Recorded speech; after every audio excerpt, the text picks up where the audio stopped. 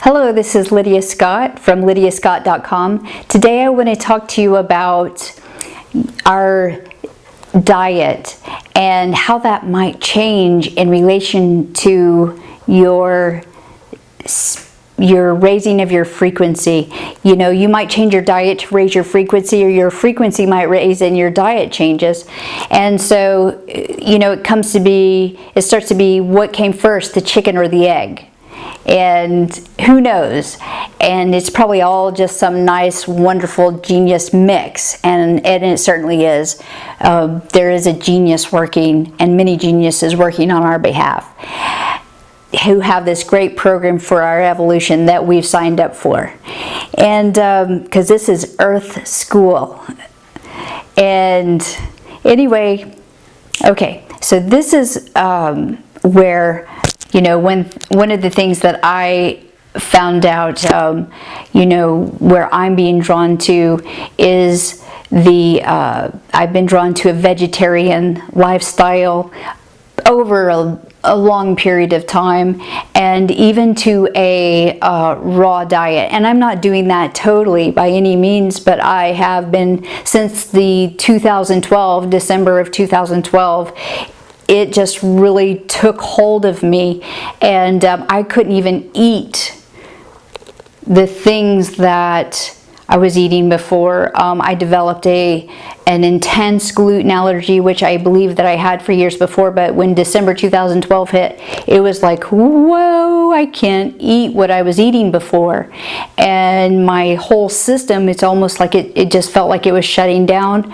And I did all kinds of cleanses, and a liver cleanse, and I had to do a gallbladder cleanse. I mean, I couldn't eat hardly at all. I was just eating fruit, and I almost became a fruitarian at that point. That's what I basically was at that point, and I was loving it, and my frequency was actually very high at that time, and I suppose that's where I needed to be for that transition period. It really helped me get through that with a much higher frequency, and gave me the jump start I needed.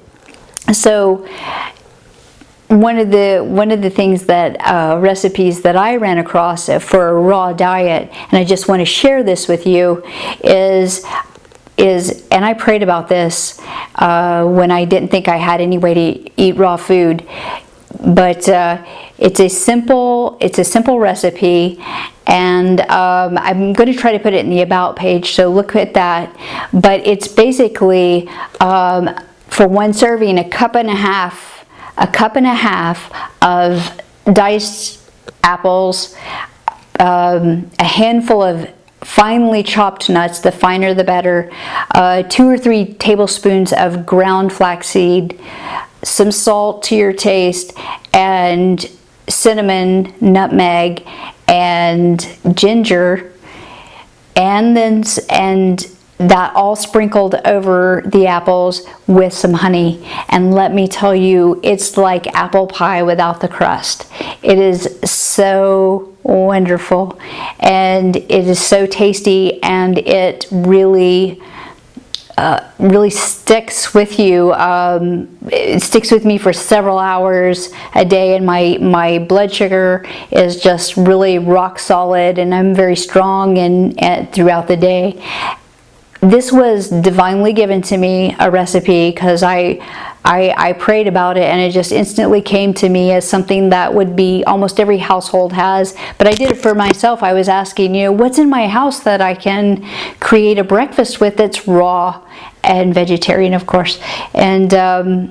And this is not quite vegan because it contains the honey. If you want it to be vegan, then you would remove the honey and maybe find another sweetener in place of the honey, like agave.